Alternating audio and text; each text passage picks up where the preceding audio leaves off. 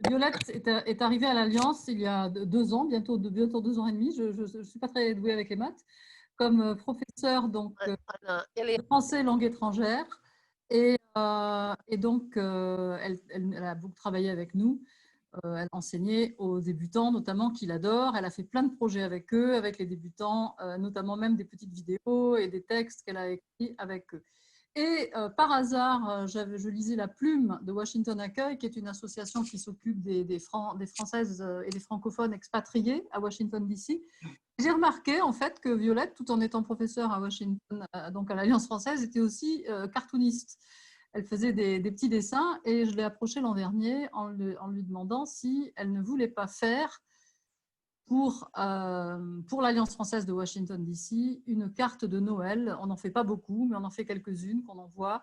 Et elle a relevé le défi. Elle a fait une très belle carte de Noël qui maintenant est un collectible items, de This Christmas card. Et donc, elle m'a expliqué que elle était passionnée par la BD. Et moi, je lui ai dit, il faut y aller.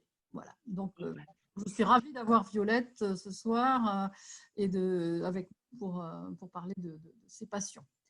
Donc, je vais commencer.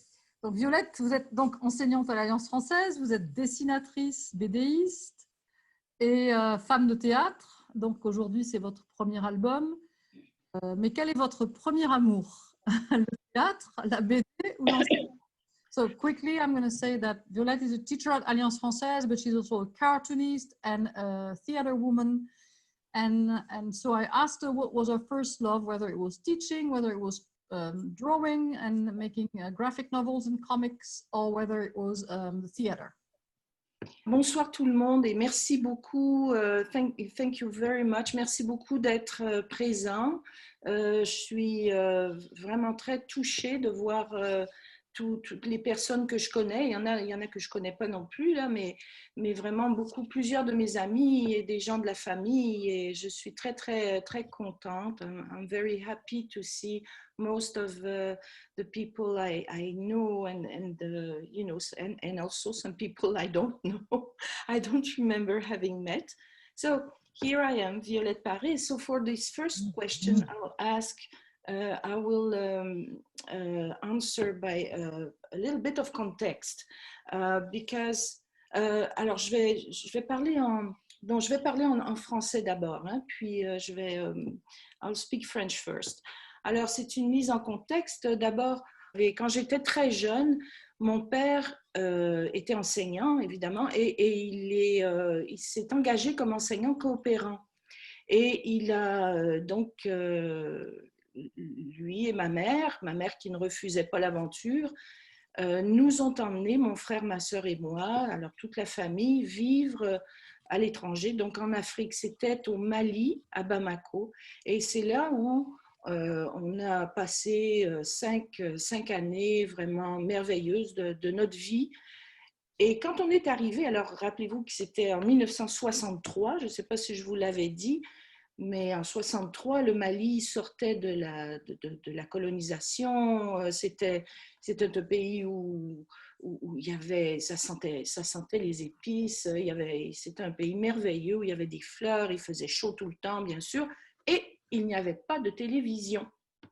Alors, pour les jeunes enfants que nous étions, bon, alors il a fallu alimenter notre imaginaire, et nos parents nous ont fait fréquenter la bibliothèque municipale et la librairie, et nous avons tiré de cette bibliothèque et de cette librairie des livres d'aventure et des bandes dessinées à profusion.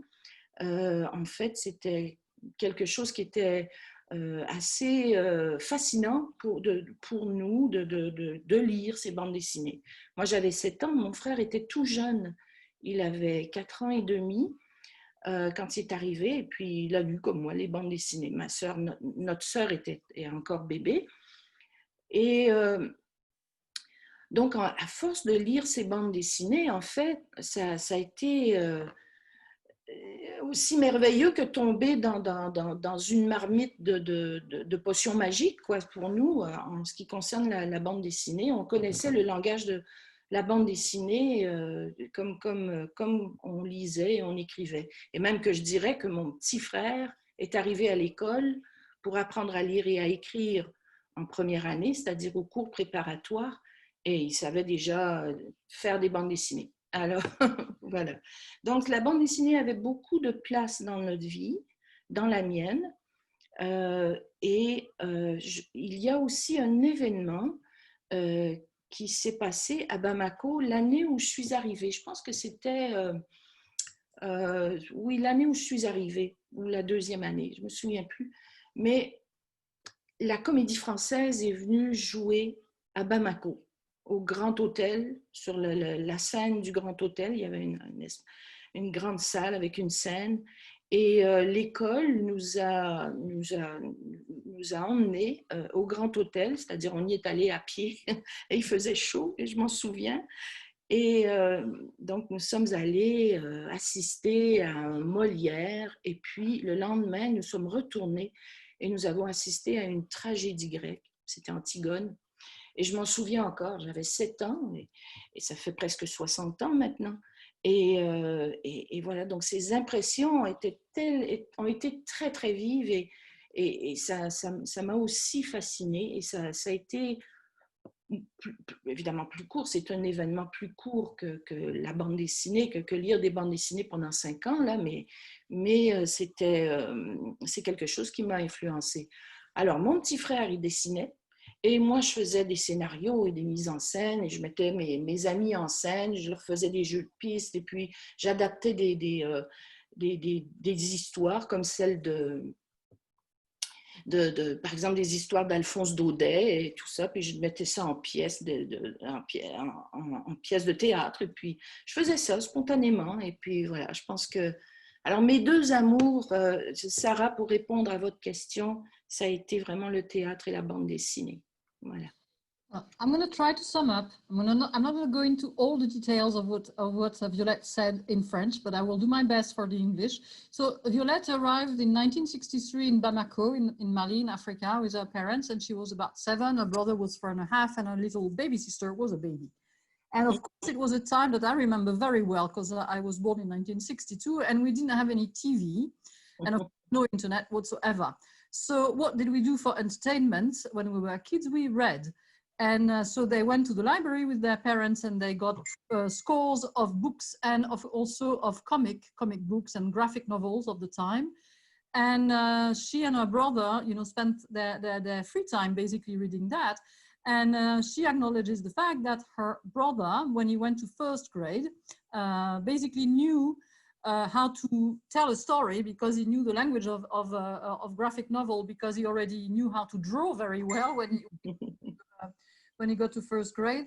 And so they developed this thing that he would be drawing and she would be writing the scenario. Additionally to that, their parents or the school took them to see 2 plays, one by Molière, and then the next day, so I'm saying that because I was very impressed to learn that. So Molière is more like a comedy, it's like French comedy of the 17th century, classical French.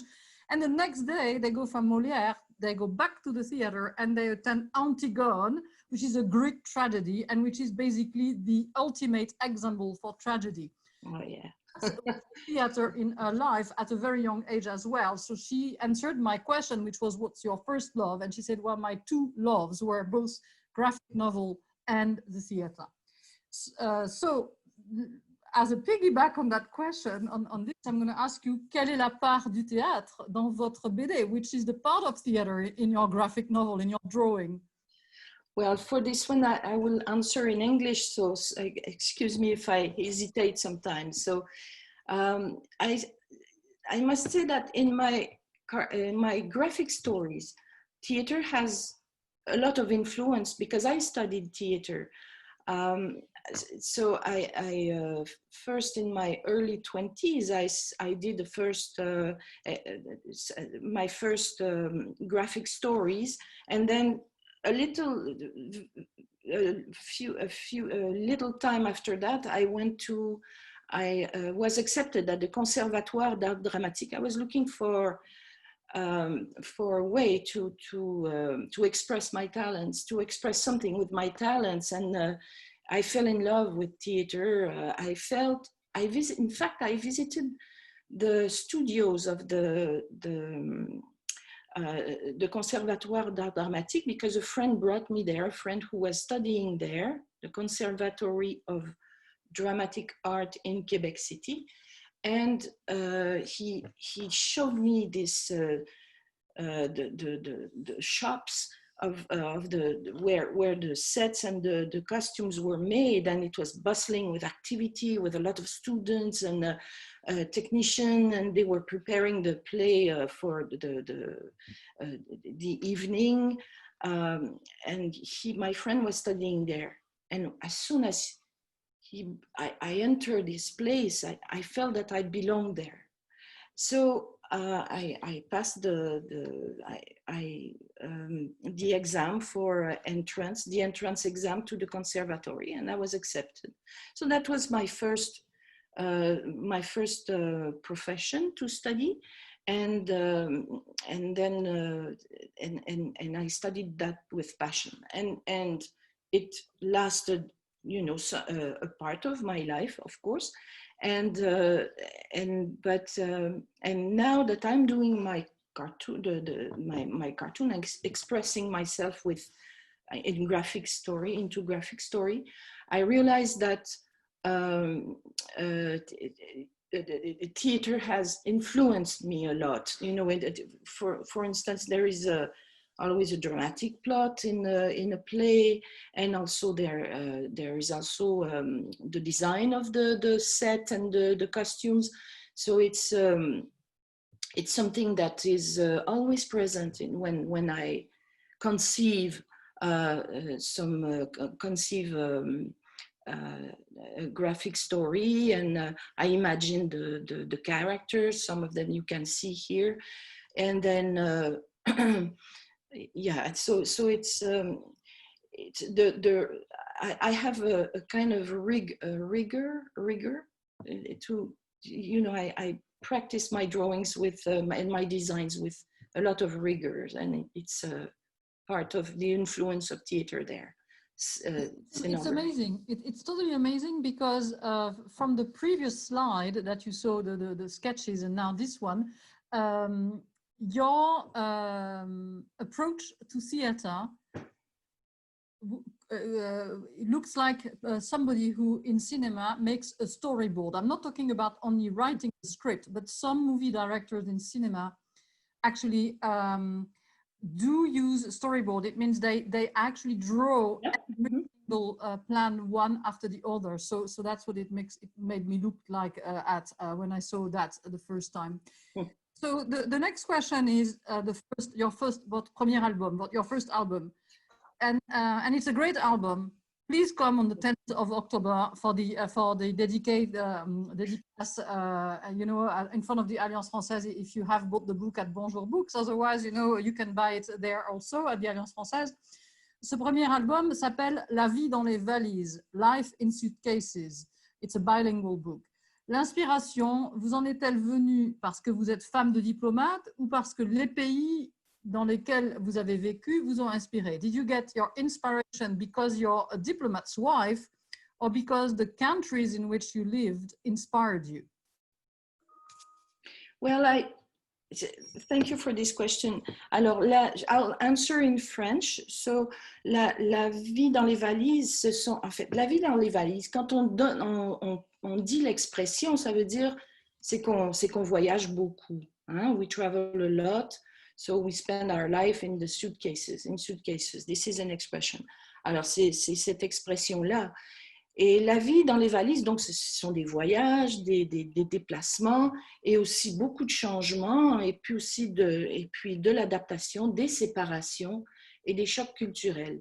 Alors, l'inspiration m'est venue parce que je fais partie de cette vie et peu importe que je sois une épouse de diplomate ou de professeur comme ma mère ou d'industriel ou même une femme qui travaille, qui se déplace pour le travail, les déplacements nous apportent leur lot de plaisir et aussi certaines difficultés, beaucoup de défis. C'est surtout des défis. Je préfère en parler sous terme de défis. Alors, pour moi, quand je suis arrivée, alors dans certains pays, je suis arrivée et j'ai travaillé, mais il y a d'autres pays où non, je n'ai pas trouvé d'emploi tout de suite ou je n'en ai pas cherché, ça dépendait. Ça dépendait aussi de la situation. Quand je suis arrivée en Russie, maman était malade au Canada, donc il fallait que je me garde disponible pour pouvoir aller au Canada quand c'était nécessaire. Donc, il y a des situations comme ça que nous, les femmes, les épouses d'eux, hein, nous vivons aussi parce que nous devons en fait garder le fort, quoi. Et puis, nous devons être disponibles pour aider toute la famille à s'installer, à s'adapter, à essayer de connaître l'environnement, de se faire à l'environnement le plus possible. Et il y a un tas de détails dans ces défis, un tas de petits défis qui viennent avec ces grands plaisirs de découvrir des nouveaux pays. Alors voilà. Donc, je me suis à 2 reprises, excusez-moi, je me suis à 2 reprises, non, à plusieurs reprises en fait, ça m'est arrivé. Je me suis inscrite dans des organismes d'accueil comme l'organisme français d'accueil. Alors, on appelle ça, alors à Moscou, c'était Moscou Accueil, et ici à Washington, c'est Washington Accueil. Et ces organismes sont extrêmement précieux et ils vont aider beaucoup grand nombre de femmes à se faire un nouveau milieu, à connaître le nouvel environnement et à s'adapter. Vraiment, donc, ce sont des organismes très précieux. Et puis, bon, moi, j'ai offert aussi, j'ai offert mes services dans la publication mensuelle qui sert de lien avec ces femmes-là. Et puis, bon, c'est là que j'ai offert mes bandes dessinées. Alors voilà. Donc ça, c'était de la vie dans les valises, c'est né de ça. C'est né de toutes les bandes dessinées dans les valises et même les petites vignettes qui ont l'air un peu détachées du reste, là, sont faites dans ce même esprit-là. Voilà. Alors, vous avez ici quelques... I will summarize that. Violette, si vous voulez. I will summarize that. So the title and the inspiration came from the fact that, of course, not only as the wife of a diplomat, but as any working woman who has to travel a lot for work or business, we feel like we spend our life, most of our life is ready to go in our suitcase. So we have to always be on the go. And of course, expatriation into a different country can also become a source of inspiration. And Violette has a very positive outlook on that, because anything that could be considered as a difficulty, she rather sees it as a challenge, and she's up to take the challenge. That also serves as an inspiration because, as she mentioned, in some countries where she went as a wife of a diplomat, she was able to work. In others, she was not. And for instance, when she was in Russia, she wanted to remain available because her mom was ailing at the time and she wanted to be able to travel to and fro. She also said that when she was in some of the countries where there was a welcome structure, like I said, Washington Accueil, welcome to Washington, there was one in Moscow as well, one in Washington. And when she was able to publish in some of the little magazines that those associations actually that they send to their members, then that's how she actually started. And she sent out some of a vignette that can be looked or understood as unique, but that also are part of a larger piece of work as well. Et alors, depuis combien de temps dessinez-vous des comics, des dessins humoristiques, Violette? Ça fait combien de temps? How long have you been doing this comic books journaling? Well, I started, I did my first comics in 1977. It was I was 20 years old, early 20s. And so there is a little anecdote here is I was going to the pre-university college a pre-university college, which is called Cégep College. So Cégep in Quebec. So I was there in liberal arts. I was studying liberal arts and trying to choose a path, a way for my future. But at that time in the 70s, there was a lot of a room made to the students who were finishing their adolescence and were going to make choices for their future. And then there was a lot of room made for student initiative, and we had money also. They gave the college, the education system allowed us some money also to make our project. So a few friends and I set up an art studio. We just set up an art studio in the college and open to all students who wanted to experiment and to make projects. And so we had some material for them. And with all the students coming to visit the studio and to have these projects, and the ambiance was was quite interesting. So I felt that I wanted to express something. So very naturally, I started to do cartoons, and this is the way I did. I tried many. So you can see here, I tried many type of story, many styles, like going from caricature to, and then there is, you can see here to the left, a story about children, and to the right, it is half of a story that, a real life story that occurred to a friend of mine and I while we were hitchhiking. So I tried many things. And I was lucky enough to participate to an exhibition of cartoons, and I got good reviews, so that was a good start for me. And then periodically in my life, I did some cartoons. I never thought of making cartoons as a profession, but I did it when I had something to say. I was and it's life in a family, how it is. So we get involved with in all whatever, and you just leave what you're doing on the side because you're getting involved with something else. So that was my life as a cartoonist until now. Voilà. That's nice. Yeah. So, vous lisiez beaucoup de BD quand vous étiez enfant, Violette. Did you read a lot of comic books? I mean, you told us about the things that you read when you were in Mali, but which ones did you read when you were a kid? Well, I have to say that I started with Tintin. So I received a first album of Tintin when I was 7 years old. It was a story, Le Sceptre d'Autocar. So I don't know how to translate it in English, but I was 7 years old.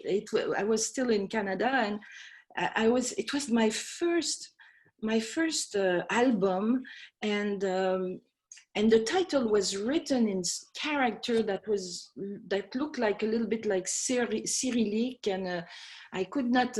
So I kept saying Le Sépir d'Autocar, Le Sépir d'Autocar. And my tante Cécile, who was following me, and she would say, "Non, le sceptre," and I could not understand what it meant. So that was my first. But I was completely charmed by this story, even if I took me years before understanding it. And but I opened it, and there was the atmosphere, the all the little square with the landscape in color, and that was so different from the TV in black and white we were listening every afternoon, So I was charmed. And then later we were at that time I was going to school in Bamako, and I made many friends, and I met this friend this friend Françoise from Belgium, and so I went to visit her, and I discovered very, all stacked, but neatly stacked in a corner, the whole collection of Les Aventures de Tintin. She was Belgian, and then she became my best friend. I went to her very often. I went to visit her very often. But so Tintin was my first love. And then we purchased every week a magazine. So there was le magazine de Mickey, il y avait le magazine de Spirou, le magazine de Tintin que mon père lisait, et puis il y avait aussi Pilote. Plus tard, il y a eu Pilote aussi, et voilà. Donc ça, c'était pour les magazines. Voilà. Et alors, quels sont vos BD préférés et surtout vos BDistes préférés? Who are your preferred or your favorite graphic novelist and comic cartoonist? Oui, alors, there were the classics. The classics were, I must say, Franquin avec Spirou et Fantasio, Gaston Lagaffe. Il y avait Peyo qui faisait les Schtroumpfs de Schmurfs, hein, les Schtroumpfs. Gottlieb, la rubrique à Braque. So these were the classic. These are considered nowadays as the classic, and today, but I'm still charmed today when I read Fred with The Adventure of Philémon, Enki Bilal, and also Manu Larsenet. He's much more, he's modern, Manu Larsenet, and even if their story do not touch me too much, sometimes it's too dark, I mean, psychologically, but for me, but the drawings are absolutely, to me, it's a style that is really appealing, and this is the style where I'm moving to. So I'm still influenced by cartoonists, for sure. And then there is this series called the series of albums made by Loisel and Tripp. And if you want to learn about French from Quebec, you ought to read these ones. And the drawings, it's absolutely marvelous. So this is a marvelous success. But I want to talk about two cartoonists that were very influential in my art. First of all, Claire Bretéché, Claire Bretéché qui faisait Cellulite dans les années 70, 60, 69, 70, et qui est apparue dans Pilote. Alors Claire Bretéché faisait des personnages féminins, feminine character, who were very, and only a woman had the right to draw and to make such adventures, such feminine adventure. It was so funny to read. So I liked, and she had nerves, really. It is in all what she does, even the most recent work she's done, it's still done with the same type of nerve. She's funny. She's really funny. And then Lynn Johnston. Alors Lynn Johnston she's a Canadian cartoonist, and I read her cartoons when I was younger, and her cartoons were neatly drawn, three square strips, and they express, they talk about the story. The story they talk was the one of family from suburbs, you know, and strip after strip, you know, the family was evolving for years. It's been evolving, and it's absolutely stunning what she did, and she. I think that the love of all what she does, the love for family life and for human life, just is just showing out of her work, in her work. And I met her. In fact, I met Lynn Johnston when she came to Washington, D.C. In September 2019, last year, when the Canadian Embassy organized an exhibition of all her work, of most of her work, and covering her work. And so I was lucky enough to meet her and to show her what I had done, because most of the work had been published in the magazine, the webzine, and some magazines. But then I kept it in my drawers, and I showed her. You know, I just wanted to be acknowledged somehow, for my work to be acknowledged. And she said, "Well, why do you keep it in your drawer? You should try to publish it." And so anyway, so when she left, I felt very encouraged, and this is when I came to show to the Alliance. I came to the Alliance with my work, and thinking, yeah, something needs to be done. So maybe at the Alliance somebody will understand. And then I met Sarah Diligenti, that time not as a teacher, but as a cartoonist, and she encouraged me a lot, and she gave me some suggestions. So thank you, Sarah. You're welcome.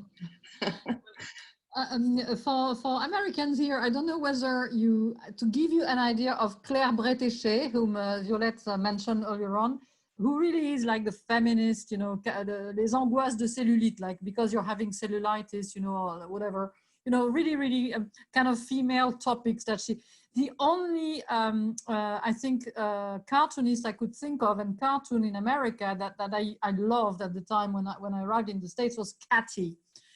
Guys White, you know, that's exactly she was inspired by her own life, actually, with all her stories, the boyfriends and the weight and the loss of weight, or too much weight or too much drink, etc. She was close. And Lynn Johnston, of course, I read myself, and I really loved what Violette said, because I used to read every single comic strip of Lynn Johnston in the Washington Post for many, many years. Alors, j'ai une autre question pour vous, Violette. Et c'est une question sur la manière dont vous travaillez. Parce que, est-ce que vous faites des sketchs, ou est-ce que vous faites comme Mozart, hein, vous faites votre partition sans faute et sans faire de retouches, ou bien est-ce que vous restez plus longtemps sur une planche et vous la finissez, ou bien vous faites plusieurs planches à la fois, enfin, etc. Donc, c'est vraiment votre manière de travailler qui m'intéresse. So, I'm asking Violette, how does she work? Does she just sit down, make a drawing, and it's all finished, or she just sketches and then she does multiple projects at the same time, or you know, or whether she does like Mozart, she just draws and it's absolutely zero fault from that, you know? No, I don't have that. Well, maybe if I had done, you know, as cartoon, if I had done my graphic stories, you know, every day in my life, then I would be able to do it on one shot. But no, it's not. You know, inspiration is very quick to come. You know, you know, something happened here, I hear it, or you know, just something passes in front of my eyes, a scene, something in the street, and then the mill starts to run. You know, and I make links with something I read, or a film I saw, or a question I discussed with Denis, and then and especially around the table when we were doing the this newspaper, these magazines with Moscou Accueil and also Washington Accueil, ladies would talk around the table, and then I was just, the ideas came to my mind, and then I started doing from that.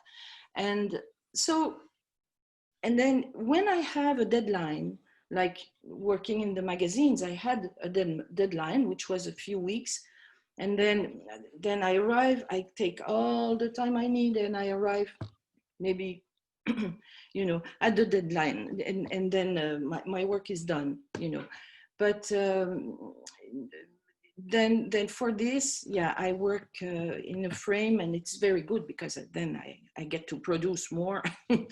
Voilà. Otherwise, I have some personal story, which I started, some personal projects, and these ones are interrupted, they start, and I finish one in, after having been interrupted for many times, and then it can take some. I have boxes of projects that I never, and that I intend to finish one day. But so it's like this. It's not, I'm not doing this professionally, so it's there is a difference between having a deadline or not. Yeah. Mais combien de temps restez-vous sur une planche à peu près? Est-ce que ça vous abandonne? Ça vous arrive d'en abandonner une et d'y revenir ou... Bah, écoutez, I can take, I think that for a graphic story, I take 3 weeks, 3 to 4 weeks. 4 weeks, the 4th week is the finishing and, correcting. And also the 4th week will be, it's the 3rd week. The 4th week will be on the computer. So it will, computer is another task, and it's, you finish correcting, endlessly correcting and all that. So let's say 3 to 4 weeks. Jamais plusieurs planches à la fois. Yes, oui. Many. Yes, I do. I do when it is from the same story, because I need to harmonize the drawings. But many projects, at the same time, it happened when I had some illustrations contract, and then I was doing something on cartoons. It happens. I work one story at a time, usually. Yeah.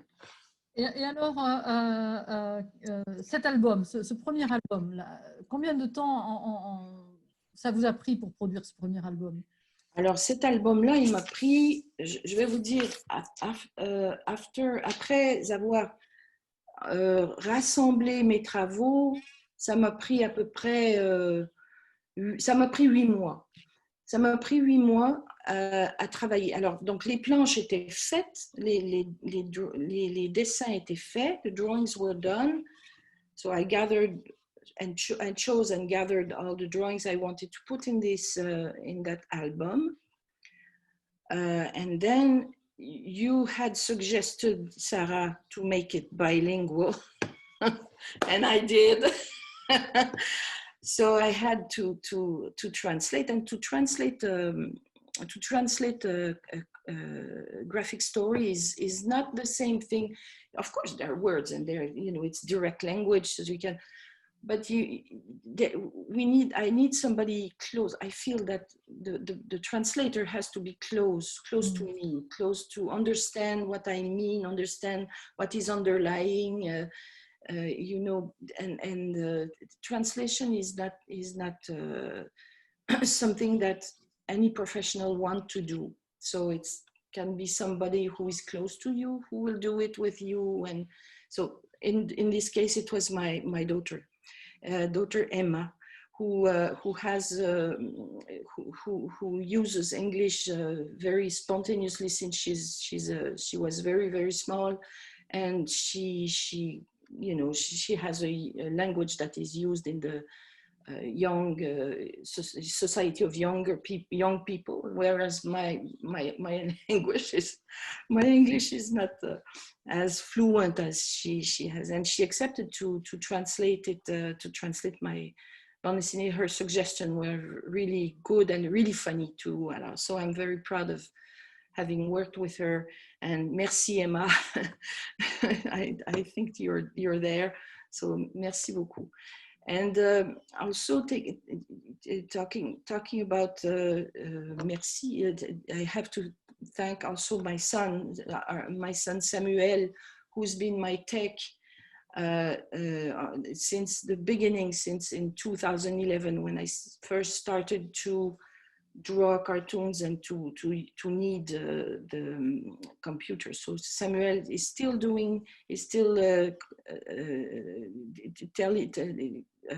advising me and telling me what to do, which button to put and to push, and so he's still saying. So this, alors merci Samuel, merci beaucoup, and of course I would love to thank everybody who helped me and who were very solidaire, like my husband and also Anaïs, who rewrote, and my husband also, no, not rewrote, read and reread my work and told me, like Anaïs, you know, sound advices, and which I listened to, and also Denis, who fed me for 8 months, you know, doing this book.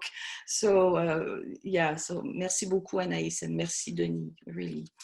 And 8 months, it's like 8 months of Violette. It's almost like carrying a baby, yeah, to produce. Oh yes, you bet, yeah.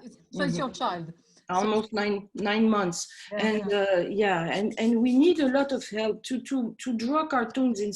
Is one thing. It's rather, but I would never imagine, you know, how much work it was to make a book, really. Alors, so it was a yes, initiation.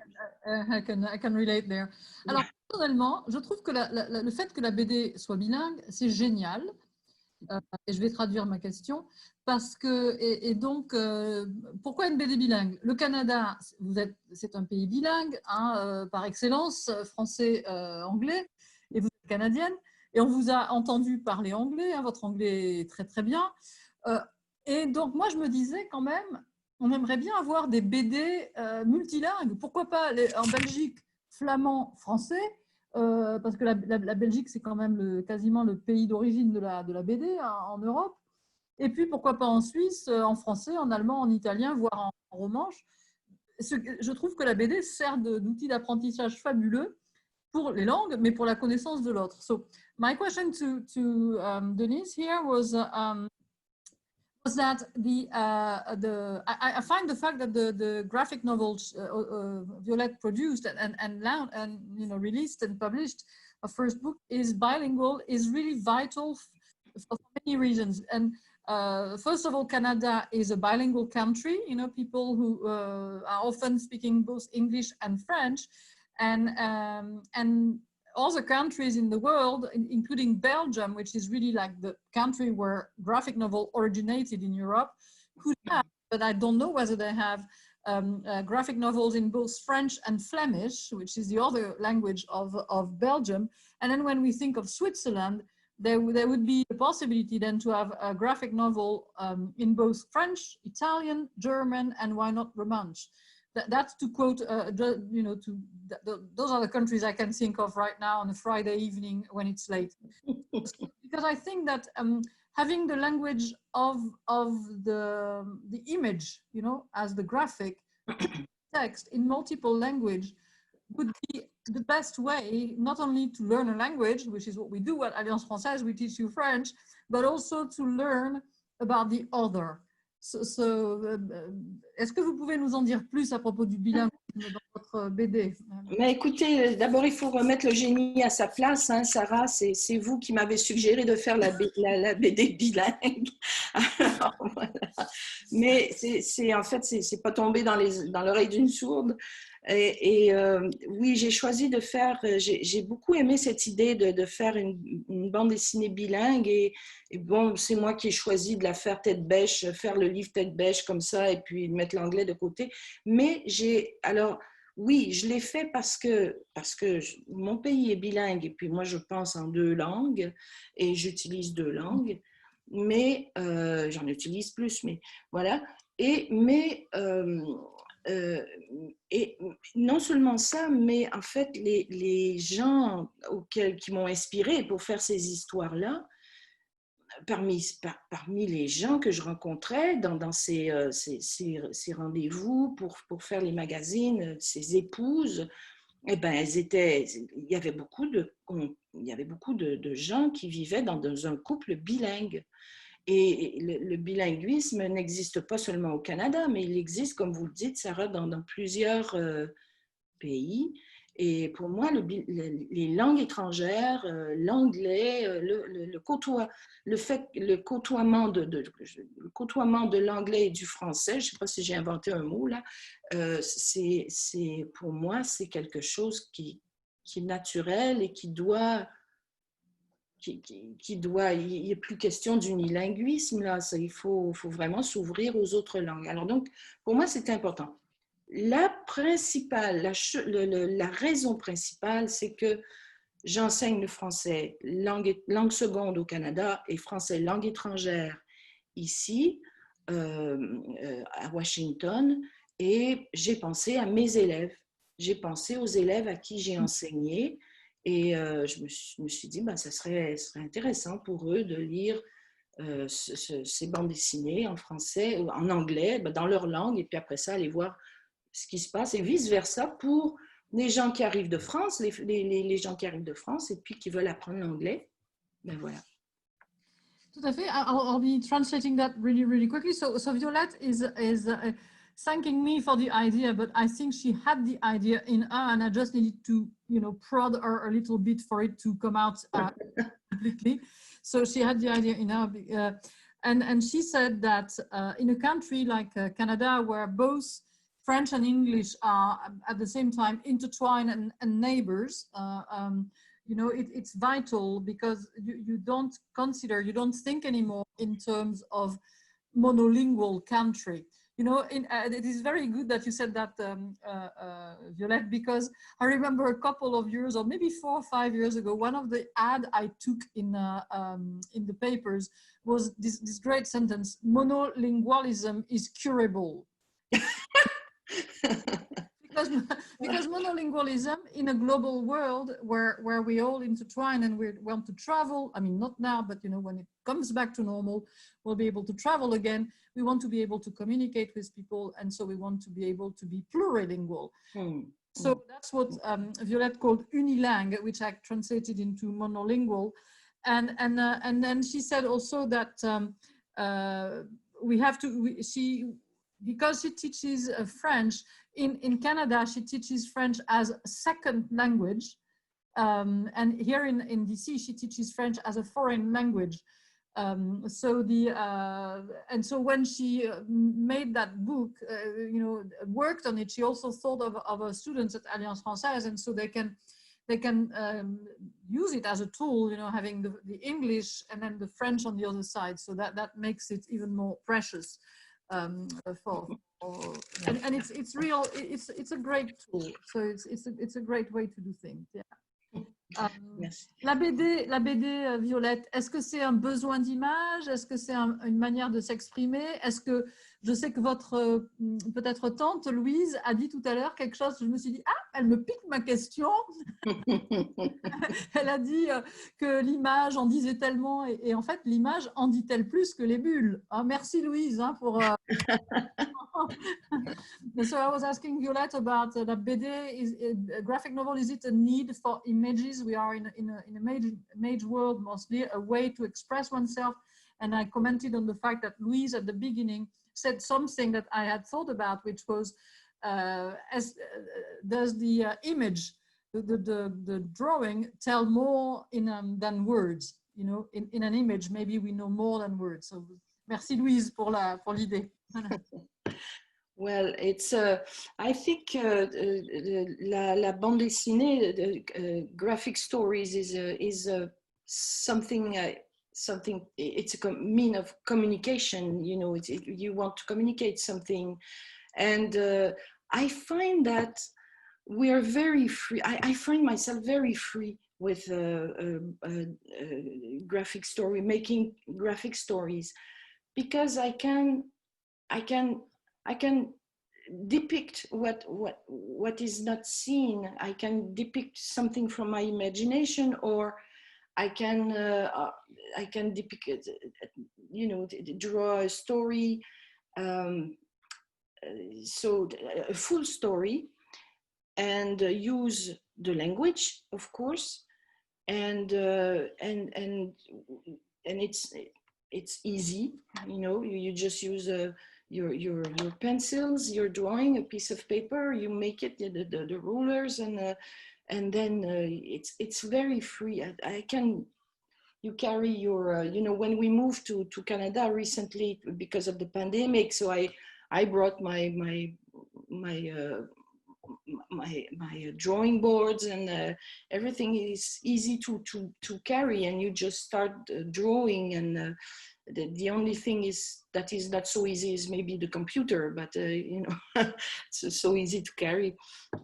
Anyway, so I find that this medium, la bande dessinée, the cartoon, la bande dessinée, ça nous garde très, très libre. C'est très libre parce que justement, ça prend très peu de matériel, et on peut dessiner librement. Et puis, et voilà, donc ça peut se dérouler comme un film. Comme vous disiez au début, similar to the storyboard, hein, c'est la même chose que le storyboard d'un film, mais après ça, on peut styliser, on peut...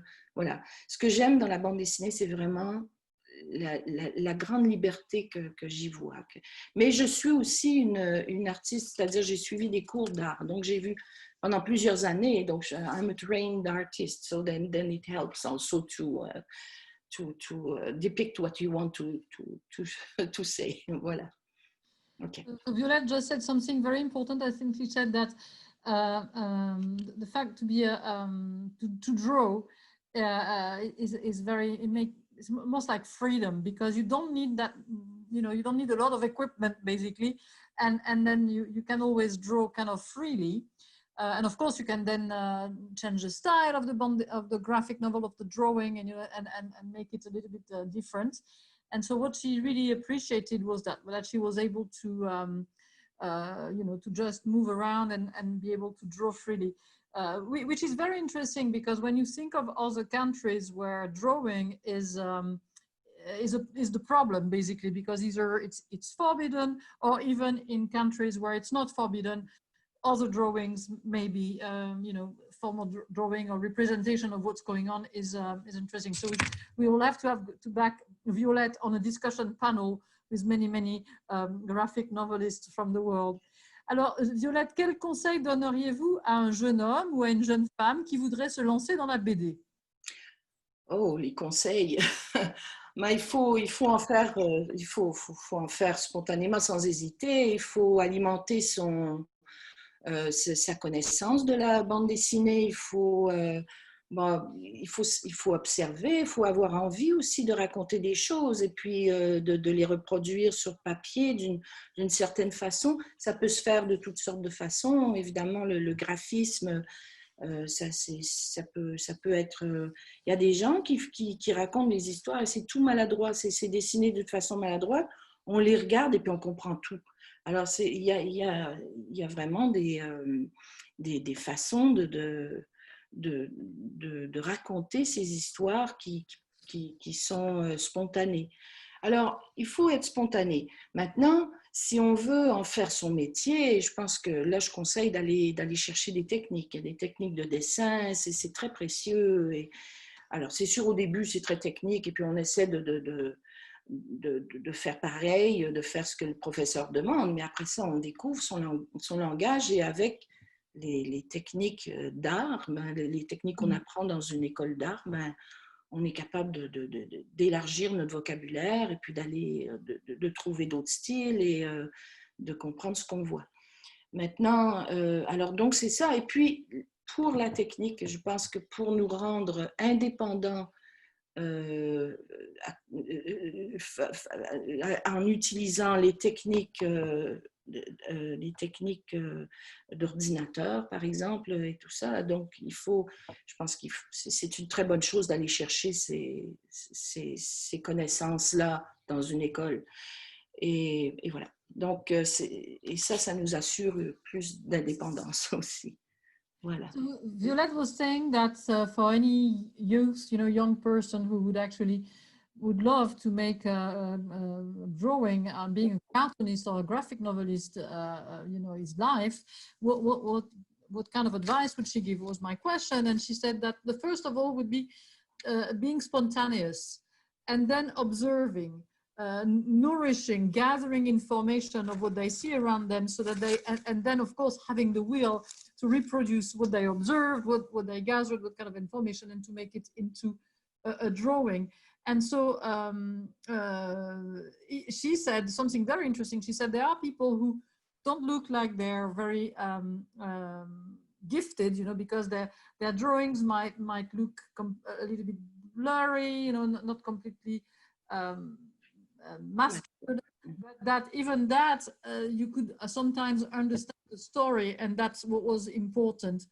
And so, but she did advise that if anyone wanted to become a cartoonist, a full-blown cartoonist or a graphic novelist and make a life out of it, then therefore she would recommend learning the drawing techniques, and because that's very precious. Of course, at the beginning, when you're in school, in art school and drawing class, you will basically reproduce whatever the teacher tells you to do, and then you will little by little, step by step, find your own voice, a bit like a writer finds his voice while writing, right? And the graphic novelist finds his or her voice while drawing, but the most important thing would be to always be spontaneous, and then of course nowadays you also have to learn computer technique, because your drawings are then computerized. So that is also a skill that you would learn in school, because there are some techniques that you have to have for that. Et alors, une dernière question avant de laisser le public. A last question until the public has questions, and I have just the last one. C'est quoi le plus difficile quand on est une femme, une mère, et que l'on travaille pour pouvoir s'accomplir dans son art, et surtout, dans votre cas, en tant que BDiste? So what is the most difficult thing for a woman, a mother, somebody who is a working woman, to actually, what is the most complicated, the most difficult, so that we can actually blossom in one's art, and especially in Violette's case as a graphic novelist or a comic book cartoonist? Well, I'll try something to make you understand something. We call this art-family balance. To close, you want to close the door, you decided in family that on Saturday afternoon, you would go to your basement, it's your shop, it is your studio, and you close the door on Saturday afternoon, and you go and you start drawing, you turn on your music, and you have a great idea, you have the best paper in front of you, and you start scribbling, and the idea is coming, and you feel that the story will be good, and you're just involved into it, and 1 hour passes, and then all of a sudden you hear behind the door, and something that breaks your heart and disturbs you, and you go, what? Oh, that's okay, I got her, I'm on it, that's okay. And then the youngster who was crying behind your door is taken away, and you can go back to what you were doing, and you start scribbling again, and oh yeah, you got into it, and again, and you're very pleased, and you scribble, and all of a sudden it hits you like a wave. It goes, bad mother, bad mother. Oh la la. So this is what happened to me. It's a question I never solved. So that's why my art is mixed with my life, and it's not because I'm a bad mother. It's not because I'm a bad artist, but it's, I have to try to mix everything. Et voilà, this is my life. Well, thank you so much, Violette. And I'm going to let the public ask you some questions. I'm sure there might be some people who want to ask you more questions.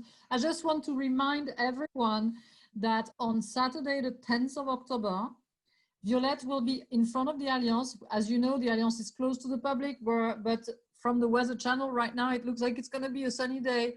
So we're going to have many authors, those of next week, as well as Violette today, who will be there, you know, and Violette will be there between 2 and 3 p.m. On Saturday, the 10th of October, in front of the Alliance. If you want your book to be signed, you can find the book online at bonjourbookdc.com. Jennifer Fulton, the owner of the bookstore, she's in Kensington, Maryland, for those of you who know her. Again, because of COVID-19, she has different hours of opening of the place, so please be sure to call in or to shoot her an email before anything. I was going to read, Premier Matin. Premier Matin en français. Alors, les premiers matins, c'est l'histoire d'une famille. D'une famille. En fait, ça ne commence pas par une famille, c'est l'histoire d'un couple qui s'en va, qui va vivre de poste en poste.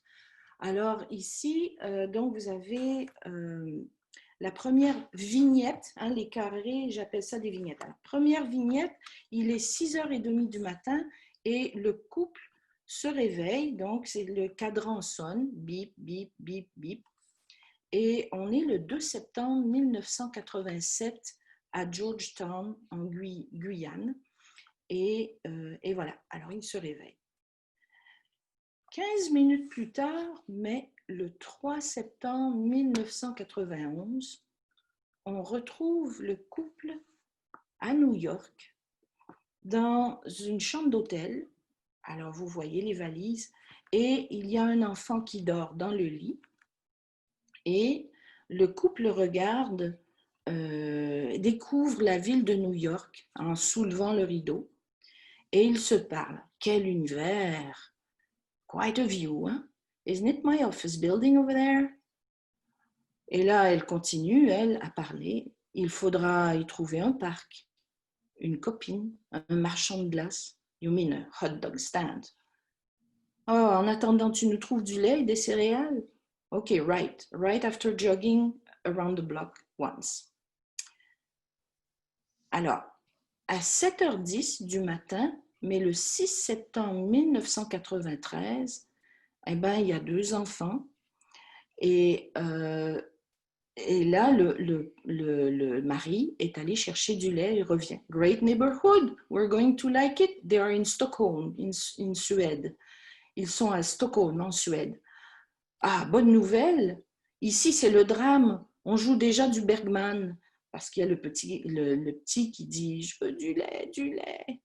Et la petite fille qui dit « ah, je me suis trouvé une amie ».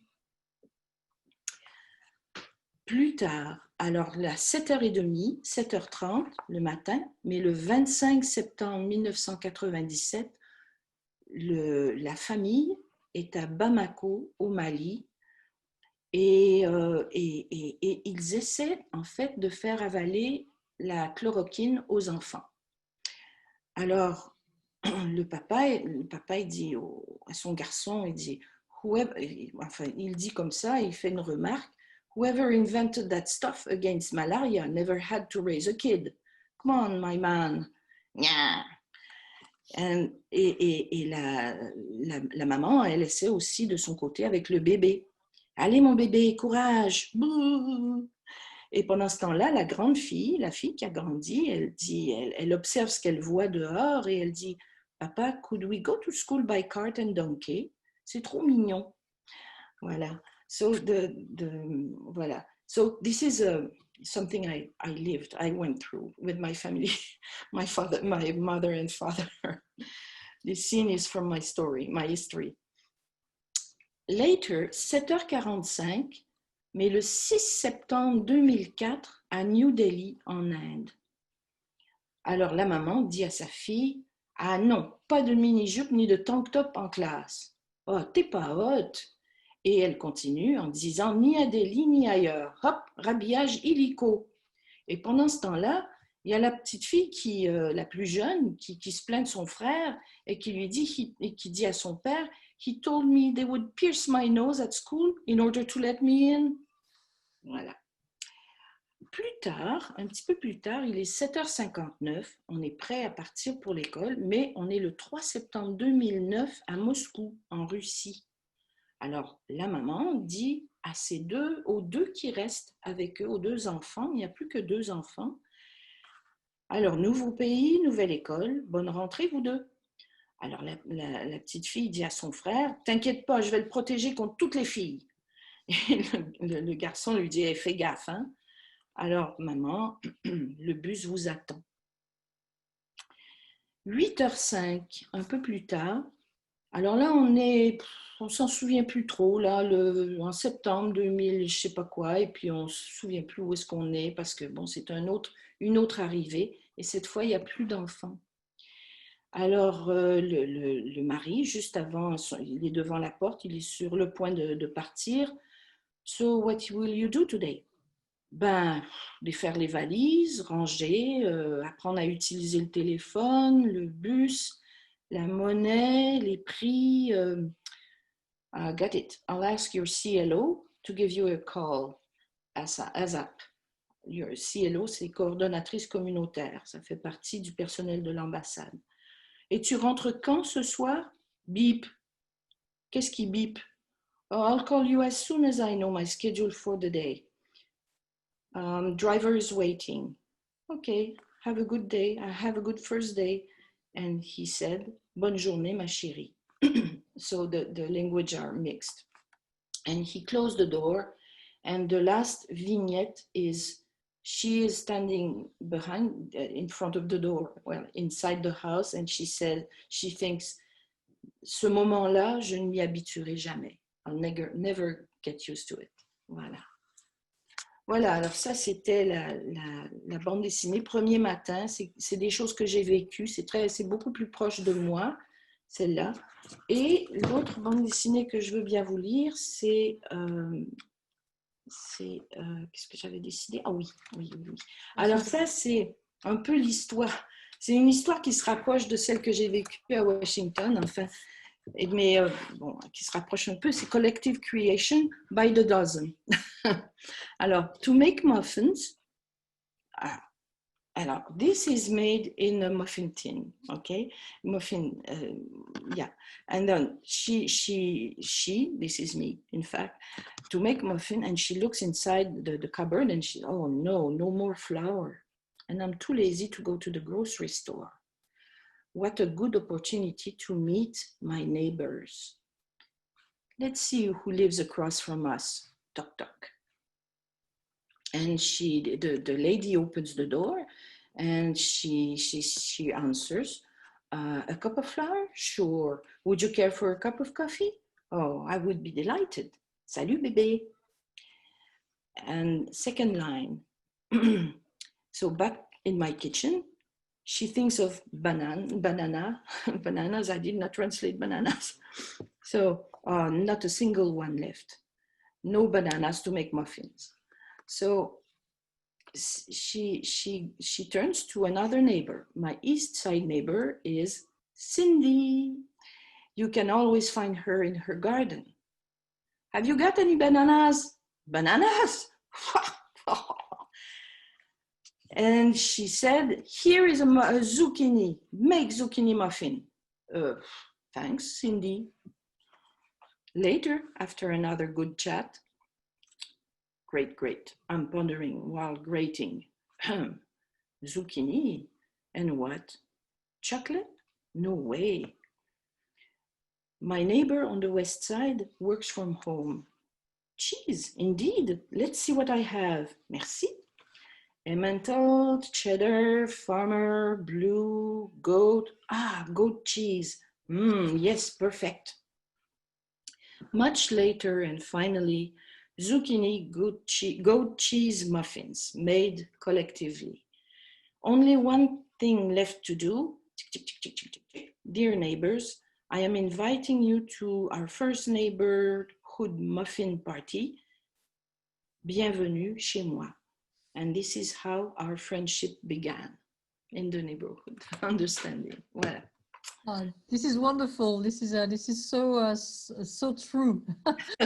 I would like to thank the Alliance Française for the opening, and also the Alliance Française for being such an interesting place for French culture and French-speaking people from, everywhere. So so thank you to the Alliance. It is really my reconnaissance, and I would like to thank you very much, Sarah, for your all the opportunity you gave me and to express myself.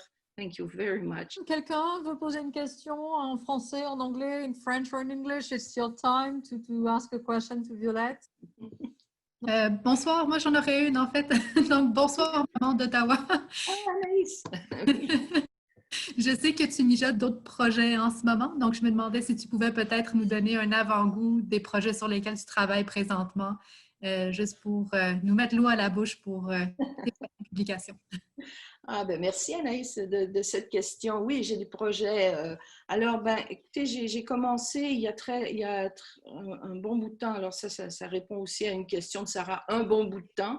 J'ai commencé un projet sur mon père, alors donc des bandes dessinées.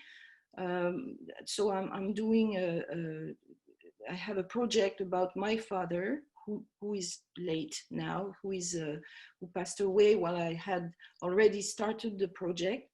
And so I would like to talk about old age, and for me it's important to remind people that people who are in who are very old and do not live in their own home anymore and are taken care of by people who don't know them need to be be known, to be listened to, because they hide so much of their past. So this is what I want to work on. And I have also another project talking about my life in Mali, in my life as a young person in Mali with my brother and my sister. So this and my family, and all the discovery I did. And this project will be in color. So voilà. Merci Anaïs pour la question. Bonjour Violette. Bonjour Diane. Une question du Chili pour ceux qui nous écoutent. La question d'Anaïs renforce celle que je vais te poser, que j'en avais envie. Quand on regarde tes planches de dessin, et c'était très évident justement dans un dessin de ton père assis dans son fauteuil devant sa table, oui. Et un autre où tu es assise sur le panier à bicyclette de Denis. Et Denis est très, très ressemblant. Et ma question est technique sur la qualité de ton dessin. Tu as vraiment deux courants. Celui de la caricature, de la bande dessinée qui est très bien fait, mais il y a aussi un dessin où ton talent d'artiste formé de façon classique est beaucoup plus évident. Et c'est très évident. Et je me demandais quel type de dessin tu avais le plus envie de développer dans le futur. C'est évident que c'est beaucoup plus de travail. Si tu fais une bande dessinée sur la pandémie, ce serait plus facile parce que si tu fais tous avec des masques, les traits des visages te donneront moins de travail. Mais bon, blague à part, j'avais cette question plus technique sur le futur de ton dessin. Merci Diane, je trouve que c'est une question très sensible aussi. Merci, tu montres que tu observes aussi. C'est effectivement une nouvelle façon pour moi de dessiner, de vouloir rendre mes dessins. Quand je faisais des dessins au trait et à l'encre, j'en fais encore, hein, mais c'était aussi des dessins qu'il fallait que je rentre dans un certain délai. Donc, je trouve que le dessin à l'encre est quand même assez économique au niveau temps. Mais maintenant, les nouveaux dessins, effectivement, j'utilise davantage les techniques de portrait. Et puis, depuis que je suis à Washington, je fais partie d'un... En fait, je fais encore partie, d'ailleurs, demain, on va recommencer un groupe de... On dit en anglais live drawing, de dessin d'observation avec des modèles. Donc, j'ai fait ça... J'ai été très, très fidèle à ce groupe depuis que je suis arrivée il y a 3 ans. Et je trouve que j'ai beaucoup évolué. Hein. D'ailleurs, oui, c'est ça. Alors, donc, j'ai beaucoup évolué. Je me suis remise justement au portrait que je faisais quand j'étudiais au conservatoire ou bien aux Beaux-Arts. Alors, donc, je me suis remise à ça tout naturellement. Et puis, j'aime le mettre dans mes bandes dessinées maintenant. Pour moi, c'est important de faire et surtout de faire oui, faire en sorte que le personnage fasse partie de son décor aussi. Voilà. Alors, je ne veux pas être trop prétentieuse, là, mais c'est ce que j'essaie de faire. Alors oui, la bande dessinée que j'ai terminée sur mon père, là, non, je ne l'ai pas ici, elle était de retour dans mes tiroirs. Elle est effectivement faite comme ça. Je pense que tu l'as vue aussi. Oui. Voilà. Très bien. Et à bientôt. Voilà. Ben, merci beaucoup. Merci.